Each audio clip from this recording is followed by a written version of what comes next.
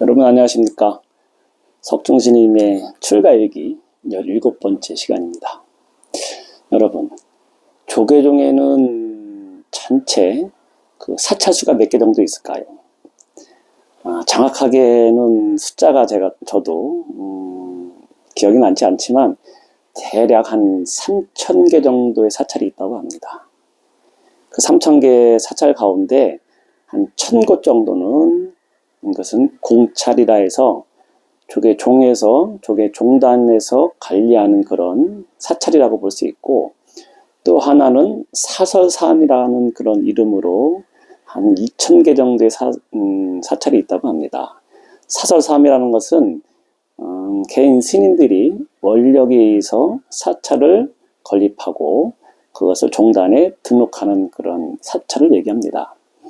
어쨌거나 이 조계종에는 한 3,000곳 정도의 사찰이 있는데, 그 3,000곳의 사찰을 한 사찰에서 관리하기 힘드니까 중앙에 있는 총무원에서 전체적으로 사찰을 관리하는 시스템이고, 그 밑에는 지역별로 25곳의 사찰을 그 교고분사라 해가지고 교고분사에서 그 밑에 말사에 있는 말사를 관리하는 그런 체계로 되어 있습니다. 즉 조계종은 25교고분사라 해가지고 우리가 잘 알고 있는 서울에 있는 조계사부터 해서 경기 지역에 있는 뭐 용주사, 강원도에 있는 뭐 신흥사, 월정사, 그 다음에 충청 지역에 있는 법주사, 마곡사, 수석사, 그 다음에 경상도쪽으로 쭉 내려가면서 뭐 직지사, 동화사, 은혜사, 우리 잘 알고 있는 통도사, 해인사, 범어사까지 쭉 내려가고, 전라도권으로 내려가서는 금산사, 송강사, 뭐 대응사, 백양사 이런 식으로 쭉 그 지역의 대표적인 사찰로서 자리하고, 또 밑에 그 말사, 보통 한 100여 곳이 되는 말사들을 관리하는 것이 본사다, 이렇게 대략적으로 말씀드릴 수 있겠습니다. 그럼 오늘 첫 번째 시간으로서는 우리가 너무나 잘 알고 있는 조계사에 대해서 한번 말씀드릴까 합니다. 조계사의 역사는 어느 정도 됐을까요? 우리가 아까 말씀드린 그런 사찰들 있지 않습니까? 그 지역의 주요한 사찰들 보면은 보통 한 1,000년 이상의 역사를 가진 사찰들이 대부분이거든요. 주로 삼국시대 때, 신라시대 때 창건된 사찰들이 제일 많고, 늦어도 거의 고려시대 때, 그때 이제 창건된 사찰들이 대부분의 그런 본사, 교구본사에서 그 역량을 차지하고 있는데, 그럼 우리가 잘 알고 있는 조계사는 역사가 어느 정도 됐을까요? 굉장히 길 것 같지만 조계사의 역사는 의외로 굉장히 짧습니다. 다른 사찰에 비해서요. 먼저 말씀드리면은 지금 우리가 알고 있는 조계사 법당 있지 않습니까? 그 조계사 법당은 정확하게 1938년도에 건립이 된 사찰이에요. 그 전에는 조계사 그 옆에 뭐 각항사라는 이름으로 있었고, 뭐 이리저리 여러 가지 명칭도 변경이 됐지만, 지금 현재 우리가 알고 있는 조계사 법당, 대웅전 그 법당 자리는 1938년도에 지금의 모습으로서 그것이 세워졌다, 결론적으로 말씀드리겠습니다. 왜 그런 조계사의 이 역사가 좀 굉장히 복잡하냐면요, 조계사는 일제시대 그 전부터 해가지고 여러 가지 과정을 거쳐가지고 성립된 그런 사찰입니다. 아주 자세하게 말씀드리면은 너무 시간이 많이 갈 것 같은데, 대략적으로 제가 말씀드리면은, 잘 알겠지만 우리 불교가 들어온 이후로 1700년 역사라고 할 수 있는데, 삼국시대, 고려시대까지는 굉장히 불교가 흥했어요. 근데 조선시대 들어와서는 숭유억불정책이라 해가지고 그 불교의 여러 가지 폐단이 있으니까 태조 이기성계부터 해가지고 처음에 조선을 건국한 이후로 불교를 굉장히 억제시키고, 그 다음에 반대로 유교를 받아들여가지고, 성리학이겠죠, 그 유교를 부흥시키는 그런 정책을 핍니다. 그래가 조선 500년 동안에 불교가 잠깐 흥한 경우도 있었지만 대부분의 역사는 불교가 굉장히 탄압받는 그런 시대를 견뎌야 됐습니다. 그래서 무불 산승 시대라고 표현하기도 하거든요. 조선시대를 무불, 부처는 없고 산승, 산에서 스님들끼리 겨우겨우 명맥만 유지하는 그런 시대라고 이렇게 표현하기도 합니다. 그렇게 조선 500년 동안에 이 불교가 탄압받다가 1876년도가 되면은 이제 서구 열강에 의해 가지고 조선이 이제 개방이 되잖아요. 우리가 원하지 않았지만 서양 세력에 의해서 개방이 되면서 강화도 조약을 체결하고 그 이후로 해가지고 서양에 여러 가지 문물이 들어오는데 특히 불교도 이 일본의 그 불교가 많이 들어옵니다. 그러면서 일본 불교가 들어오면서 그 전까지 조선시대 때 그 탄압받던 불교가 불교 입장에서 가만히 보니까는 일본은 불교가 굉장히 흥하고 스님들이 존경을 받는 그런 어떤 위치에 있는 거예요. 굉장히 부러운 위치인데 또 1895년도가 되면 무슨 일이 있냐면은 그 조선시대 때는 스님들이 사대문 안에 출입을 못했어요. 도성 출입을 제한했어요. 갈 수는 있지만 스님들이 그 사대문 안에 들어가려면은 허가증이 있어야 했어요. 쉽게 말해서 그 통행 허가증을 받아야지만 스님들이 들어갈 정도로 그와 같이 스님들 불교가 굉장히 탄압을 받던 시대라고 할 수 있는데 1895년도가 되면은 일본에 있는 스님, 일련종에 있는 그 스님인데 산호 젠네이라고 하는 스님이 그 당시에 정부에다 건의를 해요. 일본 스님이 산호 젠네이라는 스님이 정부에 건의를 해가지고 그래가지고 조선시대 때 도성 출입이 금지되었던 그 스님들의 출입을 허가해 주십시오 해가지고 일본 승려에 해가지고 도성 출입이 해제가 되는 거예요. 그러니까 불교계 입장에서 보면은 굉장히 일본 불교가 부럽기도 하고 또한 일본의 스님에 의해 가지고 이 도성 출입이 해제됐으니까 일본 불교에 대해서 굉장히 우호적인 그런 마음을 갖게 되는 건 당연하다고 생각합니다. 그런 상황이 1895년도에 일어난 거예요. 그래가지고 그때부터 해가지고 일본 불교가 막 물밀듯이 들어옵니다. 그래서 우리나라에 있는 특히 부산, 원산, 인천 중심으로 해가지고 바닷가에 있는 중심으로 해가지고 일본에 있는 여러 종파들이 많이 들어와요. 그래가지고 일본 스님들이 와가지고 포교당도 많이 세웁니다. 그러다 보니까는 일본 불교가 막 물밀듯이 들어오는데 그 당시 조선 불교 그 우리나라의 불교 입장에서 보면은 그 동안에 전혀 준비가 안 돼 있다가 막 일본 불교는 막 그 흥행이 하고 그러니까는 조선 불교 측면에서도 중심적인 사찰이 있어야 되는 것이 아니냐 그렇게 논의가 됩니다. 쉽게 말해서 일본 불교하고 대항 정도는 아니지만 우리도 이 조선을 대표할 수 있는 중심적인 사찰이 있어야 될 것이 아니냐 그런 논의가 일어납니다. 그래가지고 그 논의 끝에 일어난 것이 1910년도 우리가 나라를 뺏기는 그 해에 지금 조계사 있죠. 조계사 그 법당 바로 옆에 그 지금 현재 자리는 아니고 그 조계사 지금 법당에서 총무원 뒤쪽에 있는 총무원 가는 쪽으로 각항사라는 그런 절을 세웁니다. 각항사.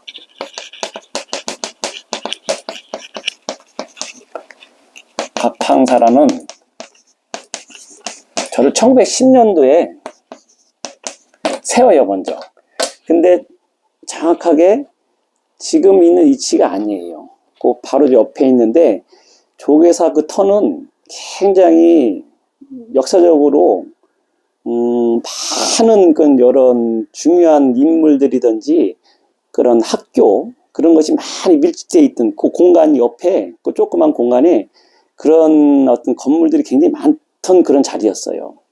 우리가 잘 알고 있는 그 조계사 옆에 보면은 지금 우정국이라 해가지고 최초의 그 우체국이라고 할 수 있는 것이거든요. 그래가지고 갑신정변이 일어났던 그 자리 그게 바로 우정국이라고 해가지고 우정총국이 그 바로 옆에 있고, 그 바로 옆에 보면 또 민영한의 자택, 우리나라 나라 뺏겼을 때 민영한이 자결했던 그 집터가 바로 거기고, 또 지금 우리가 잘 알고 있는 그 조계사 법당 자리는 원래 보성 인쇄도라고 하는 인쇄도가 있던 자리예요.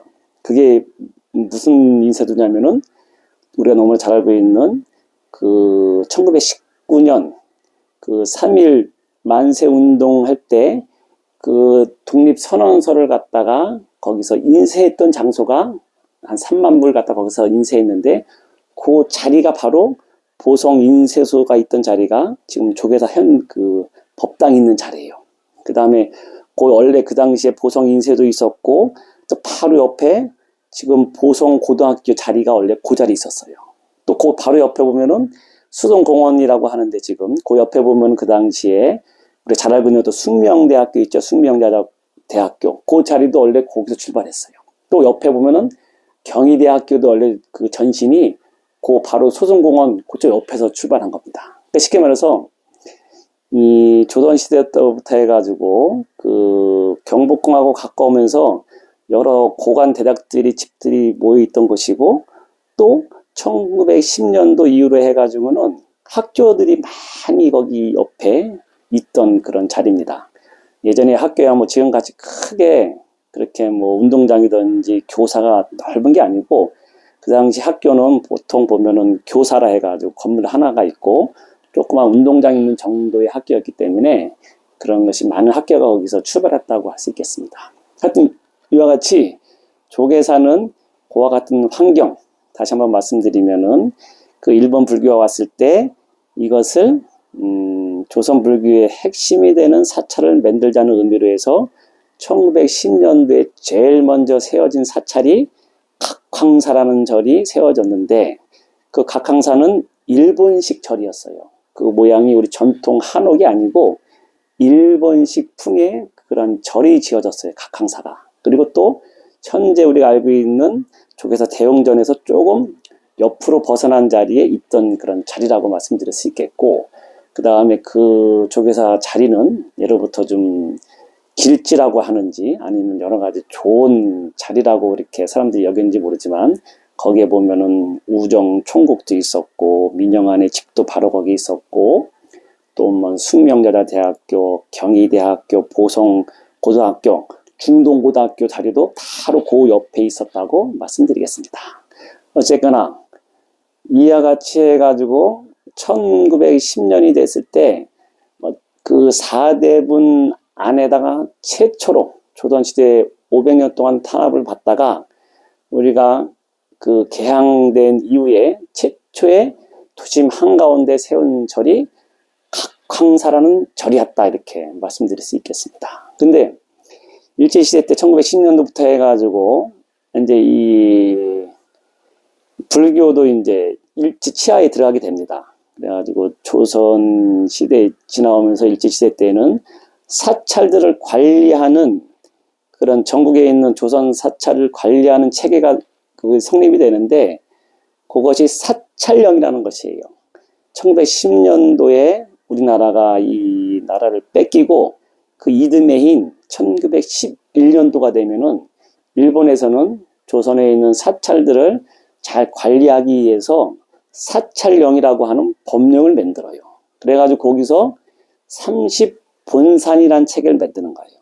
우리가 지금 아까 말씀드린 25교고본사란 말이 어디서 그 연원이 왔냐면은 1911년도 일제히에서 사찰령이라고 하는 법령을 만들어가지고 전국에 있는 사찰을 30본산, 30개 본산으로 나뉘어가지고 그 밑에 있는 말사들을 관리한다 하는 것이 일제시대 때 1911년도에 출발한 거예요. 그래서 30개의 본산을 두는 거예요. 그것이 지금 우리가 알고 있는 교고본사의 원래 원형적인 모습이라고 할 수 있겠어요. 그러면 그 당시에는 30곳이나 됐는데 지금은 왜 그러면 25곳이냐 그렇게 얘기할 수 있는데, 그 당시에는 북쪽에 있는 사찰도 그 본산을 뒀기 때문에 그 당시에는 30개를 둔 거예요. 그래서 지금은 우리 남한만 관리하기 때문에 25개로 이렇게 좀 줄어들었다고 할 수 있는 겁니다. 지금도 그 당시에도 마찬가지지만 주로 사찰들은 남한 쪽에 많이 있었어요. 북한 쪽에는 그 본산이 10개도 안 됐습니다. 하여튼 그걸 말씀드리는 것이고, 이것이 1920년도에 가면은 우리가 잘 알고 있는 지리산 하엄사가 들어오면서 30본산에서 30일 본산 체제가 최종적으로 확정이 되는 겁니다. 그렇게 말씀드릴 수 있겠고, 하여튼 그래가지고 1910년도에 각항사라는 절이 생겨나가지고 중심적인 사찰 역할을 했는데, 이 나중에 시간이 지나면서 각항사가 외색풍의 사찰이고, 그 다음에 이 각항사 가지고로서는 여러 가지 한계점이 많이 드러났어요. 그러면서 1936년도가 되면은 전국에 있는 스님들이 모여가지고 합의를 합니다. 우리 그러지 말고 중심이 되는 사찰을 만들어야 되는데 각항사 가지고는 힘들다. 이거보다 더 좀 크고 의미 있는 그런 법당을 만들어서 중심적인 역할을 할 수 있는 총본산을 만들자. 이렇게 1936년도가 되면은 그런 논의가 됩니다.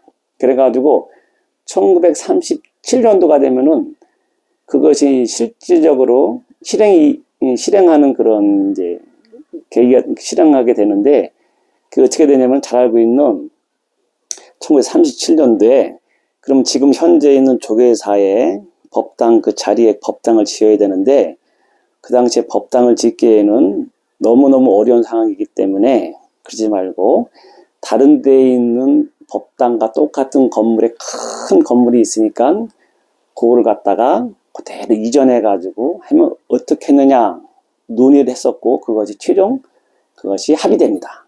그게 뭐냐면은 이 당시에 전라북도 정읍에 있던 그 보천교라고 하는 그 교주의 그 집을 갖다가 옮겨오는 거예요. 이게 이제 보천교주라는데 차경석이라고 하는 보천교라고 아주 유명한 이 실흥종단이 있었어요. 이게 보천교 얘기하면 할 얘기 많은데, 여러분 잘 알고 있는 증산교라고 하는 종교 있죠. 증산교, 강증산, 강일순에 의해서 만든 신흥 종교거든요. 1800년대 말에. 그래가지고 이 증산교에 후손되는 사람들이 지금도 우리가 잘 알고 있는 대순진리에는 증산교가 많이 있거든요. 갈래가 지금까지 이어지는데, 민족 종교인데 그 증산교 강증산이 그분이 돌아가신 다음에 그 쉽게 말해 제자되는 차경석이라는 사람이 있었는데, 이름이 차경석입니다. 돌석자. 차천자라고 얘기합니다. 천자. 이 사람이 나중에 천자라고 자기가 얘기하는데, 이 보천교의 교주였던 차경석이라는 사람이 보천교를 갖다가 이 강증산이 돌아가신 다음에 그 세력들을 모아가지고 보천교를 갖다가 만들어요. 근데 일제시대 때 이때 굉장히 큰 세력을 유지합니다. 어느 정도였냐면은 그 당시에 이 한반도에 우리 조선 인구가 2천만 명이 안 됐어요. 기록에 의하면은 1920년도에 1,800만 명이라고 했는데, 이 당시에 이 보천교의 이 신흥종교, 이 보천교의 신도가 몇 명이었냐면은 600만 명이라고 나옵니다.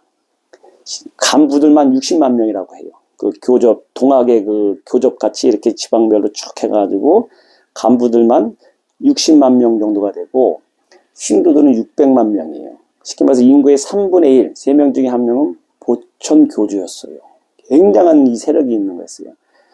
그 당시에 정읍에는 이 차천자, 차경석이 보천교의 그 중심 도량을 만들어가지고 전국에 있는 사람들이 거기에 모여가지고 그 몇만 평이나 되는 그 경복궁 같이 큰 궁궐, 천자가 머무는 궁궐을 갖다가 사람들이 와가지고 짓습니다. 그래서 거기서 모든 재산을 갖다 바치고 이 차경석을 중심으로 해가지고 보천교가 굉장히 성행합니다.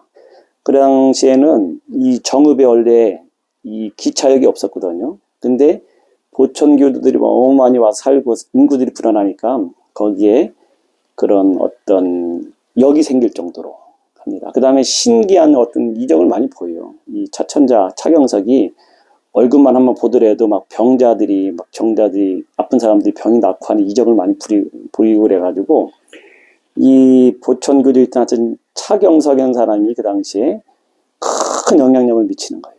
어마어마한 영향을 미치는데, 그 다음에 또 이 차천자 이 차경석이 독립운동 그 자금도 굉장히 많이 대줍니다. 김구 같은 경우에는 해방 이후에 와가지고 정읍에 큰 신세대였다고 하는 말을 하거든요. 그 뭐냐면 정읍에 있던 이 차천자 차경석한테 독립자금을 굉장히 많이 받습니다. 지금으로 보면 한 100억대 이상을 받아요. 그 돈이 나간 게 있습니다. 잘 알고 있는 그 탄어 스님 있지 않습니까? 월정사의 탄어 스님 하면은 뭐 주역에 대가고 뭐 미래에 대해서 예언을 많이 하신 큰 스님 아닙니까? 탄어 스님. 탄어 스님의 아버지 김홍규라는 분도 이 차천자 밑에서 자금을 관리했던 분이었어요. 그래가지고 그분은 나중에 그 독립 훈장을 받습니다. 추서돼가지고. 그래가지고 그 기록에 의하면은 탄어 스님의 아버님 김홍규옹이 상해 임신정부에 돈을 직접 전해줬던 그 내용이 다 있어요. 그 정도로 이 보천교도에 있던 차경석이 굉장한 영향을 미치니까 일본 일제 입장에서는 굉장히 껄끄러운 인물이 될 수 있는 거예요. 안 그러겠어요? 신도들은 600만 명, 무지 많은 신도들이 있지. 이 사람들이 많이 일제에 항거한다면 이것은 굉장히 큰 사태가 일어날 그런 거 불꽃이 뻔한 것이고, 또한 이 독립운동을 갖다 뒤에서 지원하기 때문에 굉장히 요주의 인물이었어요. 그래서 어쨌거나 이 차천자 이 차경석이라는 사람은 자기가 1936년도에 정읍에다 큰 궁궐을 지어놓고 11전이라는 그런 큰 궁전을, 그 밑에 부수 건물도 한 50개 정도 지는데 중앙 최고의 중앙센터 대웅전 같이 11전이라고 하는 큰 건물을 짓니다. 그게 그 당시엔 조선에서 제일 큰 건물이었어요. 경복궁에 있는 근정전보다 2배 가까이 크다고 합니다. 이게 큰 11전이라는 자기 중앙 집무실을 짓고 자기 거처를 줘놨는데, 차경석이라는 사람은 일제히해가지고 1936년도에 사살당해요. 그래가지고 결국 이 차천자는 자기가 지은 11전에 들어가지 못하고 죽게 되는 그런 운명을 처하게 됩니다. 그러면서 그 이후에 이제 보천교가 완전히 해체가 되는 그런 수준에 가는데, 어쨌거나 이 차천자가 가진 11전이 그 당시에서는 조선의 제일 큰 건물이고, 그 당시에 백두산이든지 만주에서 소나무 가져와다 친 건물이에요. 이게 상상이 안 될 정도로 어마어마한 건물입니다. 그 당시 이거 짓는데 50만 원이 들었다고 해요.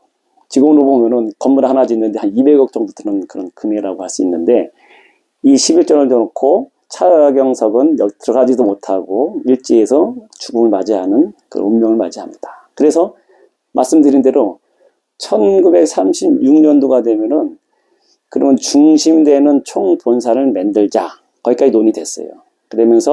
그러면은 새로 짓기에는 돈이 너무 많이 드니까 이 차경석이 지었던 11전 이 건물을 우리가 그러면 그것을 해체해서 이것을 다시 여기다가 조계사 지금 자리, 거기 원래 보성 인쇄도 있고 막 그런 자리였으니까 그거를 좀 매입해가지고 그 자리에다가 건물을 새로 지으면 어떻겠느냐, 그렇게 논의되는 거예요, 불교계에서. 그래가지고 그것이 논의된 다음에 1937년도에 본격적으로 이제 작업이 되는 거예요. 그래가지고 이 11전 건물을 당시에 경매가 나왔습니다. 일제에서 그 처분한다고 하니까는 불교계에서 그것을 사들이는 거예요. 그 당시 500원에 샀다고 합니다. 50만 원을 진 건물은 한 번도 사용 안 한 그 깨끗한 새 건물을 갖다가 500원에 그 경매 받아가지고, 그래서 정읍에서 기차로 해가지고 여기 이제 서울까지 그것을 옮기는 거예요. 근데 그 옮기는 이전한 그런 비용이 훨씬 많이 들어요. 근데 어쨌거나 1937년도부터 해가지고 약 1년 8개월 동안에 그 차천자가 쓰는 11전 건물을 지금 조계사 그 법당 건물로 옮겨서 다시 이렇게 짓는 거예요. 원래 11전 건물이 그대로 졌으면은 조계사 건물 지금보다 훨씬 크다고 합니다. 근데 그것이 운송할 때, 기차에 실을 때 그 목재들이 너무 커가지고 한계가 있어가지고 다 잘랐다고 해요. 그래서 그걸 옮겨놓은 게 지금 조계사 이제 건물이라고 얘기할 수 있겠습니다. 이와 같이 이 차천자 차경석에 지은 11정 건물을 약 1년 8개월 동안 공사를 한 거예요.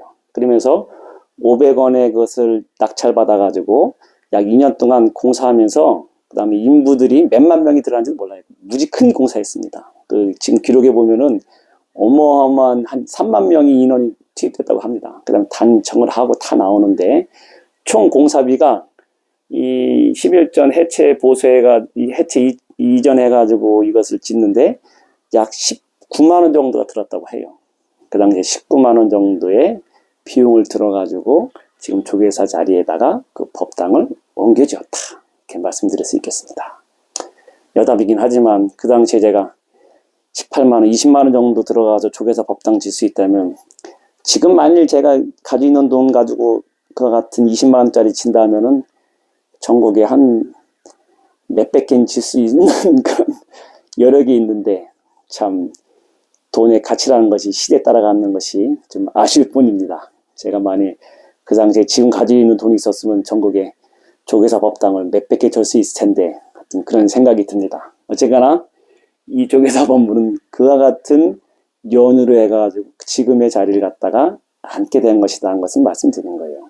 근데 그래가지고 이 1938년도에 10월 25일 날 낙성식을 해가지고 그 당시에 서울에 있는 신도들이 구름같이 왔다는 거예요. 이 조계사 이 법당을 지어놓고.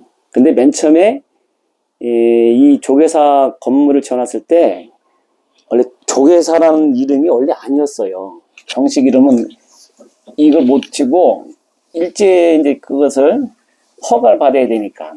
그래가지고 원래 이름이 뭐냐면 조성불교 조계종 태고사예요. 원래 이 조성불교 조계종 해가지고 이 조계사 이름이 원래 태고사였습니다. 원래 그 옆에 있던 각황사부터 시작해가지고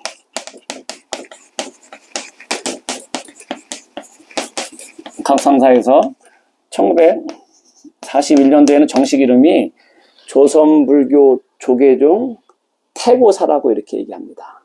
그 뭐냐면은 이 조계사 지금에 있는 그 건물을 지어놨는데 일제에서는 조선불교 조계종 이름은 조계종이라는 이름으로서 종단 이름을 했는데 그 절 이름은 태고사라고 이렇게 이름을 합니다. 그 이유는 뭐냐면은 고려시대 때 태고 보스님에 의해 가지고 이 조계종이 확 피는 우리나라에서는 아주 활짝 피는 그런 계기를 마련하거든요. 그렇기 때문에 그 당시에는 조계종주라고 했어요. 도의국사는 원주라고 했고 그래가지고 이 이름을 태고사 우리는 이 조계종이지만 태고 보호스님의 영향을 많이 받았다 그래가지고 태고사라는 이름으로서 1941년도에 일제 허가를 받게 되는 거예요. 그래서 그것이 유지되다가 잘 아시겠지만 1945년도에 해방이 되면서 이게 나중에 이제 이름이 바뀌게 되는데 해방이 되면서 1945년도에 막 이제 좀 불교가 다시 또 일제시대 때 그 여러 가지 일제 외색 불교를 타파하기 위해서 노력을 막 합니다. 하다가 1950년도에 6.25 전쟁이 일어나니까 그것이 중단이 되다가 1953년도가 되면서 그때 다시 이제 이 전쟁이 휴전 상태에 들어가니까는 그때 이제 다시 비구 대처간에 이렇게 막 첨예한 이제 대립이 일어납니다. 뭐냐면은 일제 시대에는 이 교구 본사 아까 총 30본사 주지들이 거의 친일 행각을 했던 사람들이에요. 왜냐면은 일제 총독부에 의해 가지고 사찰령에 의해 가지고 주지를 발령하는데 일본 측면에서는 자기 말을 잘 듣는 사람들을 갖다가 이렇게 임명할 거 아니겠어요? 그래가지고 그 당시에 최고 엘리트들은 스님들이었고 스님들이 일본 동경 유학 갔다 오면은 거기서 천황도 뭐 아련하고 올 정도니까 어마어마한 그 혜택을 받은 거예요. 그래서 그런 사람들이 일본 가서 교육을 받고 절에서는 최고 머리 좋은 사람들을 선발해가지고 일본으로 유학 보내가지고 거기서 일본풍의 불교를 배워가지고 와가지고 그 사람들이 전국 주요 사찰 30본산, 31본산의 주지들이 임명되는 거예요. 그러니까 이 사람들이 나중에 해방된 이후에 친일 청산이 이루어졌으면 이 사람들이 다 그것이 청산이 돼야 되는데 청산하는 과정에서 6.25가 일어나면서 그것이 흐지부지 된 거예요. 그러다 보니까는 1953년도 6.25 전쟁이 휴전이 된 다음에는 그때부터 본격적으로 이제 그 당시에 대처생이라 해가지고 주로 일제시대 때 그 혜택을 누리던 기득권층들이 대처생이에요. 대처생이라는 것은 결혼한 일본 사람들이 그 대처, 결혼하는 그런 풍습이 있었잖아요, 불교에. 그래가지고 1926년도에 아예 대처 육식, 고기 먹고 장가가는 것을 일본 불교에서 그것을 정부에서 허가를 해줘요. 그러니까 그 이후로는 1926년도 이후에는 이 스님들이, 대처 스님들이 중심이 된 거고, 그 사실 수행만 중심으로 하던 금강산 마하연 중심으로 해가지고 수행을 열심히 하던 이 비구 스님들, 결혼 안 한 이 수행 청정 비구 스님들은 나중에 해방이 됐는데도, 그 다음에 6.25 전쟁이 끝난데도 변변한 사찰이 없는 거예요.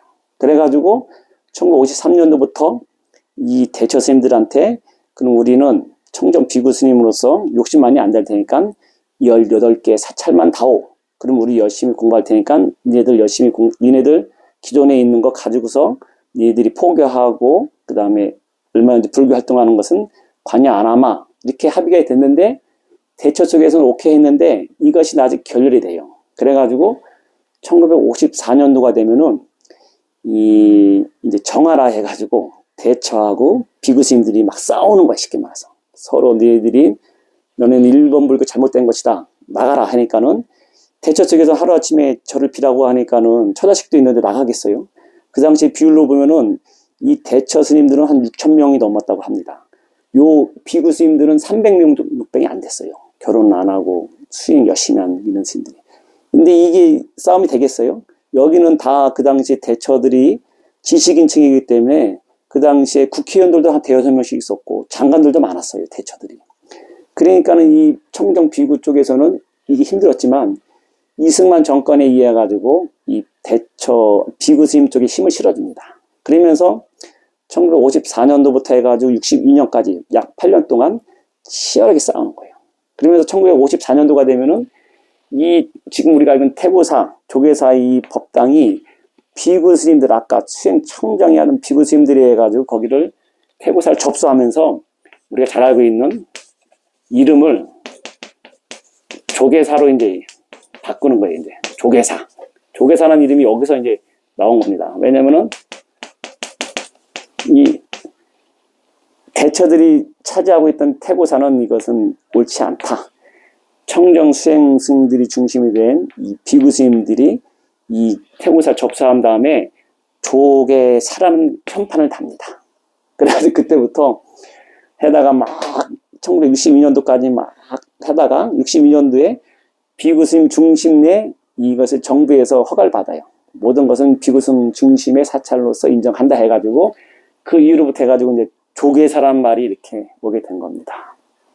제가 너무 그냥 긴 역사를 압축하다 보니까는 빼먹은 것도 많은데 다시 한번 말씀드리면은 조계사는요, 이 교고본사, 우리 조계 중에 교고본사 25개가 있는데 그 가운데 제 첫 번째 제1교고라고 하고 다른 말은 직할, 직접 다스리는 그런 교고본사라 해가지고 직할 교고라고도 말을 하는데 이 조계사는 다른 사찰들보다 역사는 얼마 안 되지만 일제시대, 개항 이후로 일제시대로 오면서 여러 가지 복잡하고 막 스님들 간의 알력 그런 거 있으면서 절 이름도 이와 같이 많이 변천이 있었고 그 다음에 해방된 이후에는 그 청산 못한 비구 대처스님들 간에 막 알력이 있으면서 어쨌거나 1954년도부터 조규종이라는 이름을 걸고서 유지하고 있고 지금은 그것이 딱 정리가 돼 가지고 한국불교의 대표 중심 사찰하면은 조계사가 이렇게 성립이 된 거다. 그래서 매년 부처님 오신 날 행사가 조계사에서 하지 않습니까? 조계사가 어떻게 보면은 피와 눈물이 섞인 그런 사찰이에요. 아까 잠깐 말씀드려 말았는데 1954년도부터 해가지고 8년 동안 비구 대처들이 막 싸우잖아요. 우리 어렸을 때 보면은 중종 싸워라, 중종 말려라, 중종 깎아종 일전 죽게 때려부셔라 막 그런 말 너무 많이 들었거든요. 이게 뭐냐면은 비구 대처들 간에 얼마나 싸웠으면 그러겠어요. 그래가지고 1954년도에 비구 스님들이 목숨 걸고서 이거를 이 조계사 법당을 차지하게 돼요. 이 대처 스님들은 이제 태고사에 쫓겨난 거지. 그래가지고 또 밤이면은 이 대처 스님들이 막 쳐들어오고 합니다.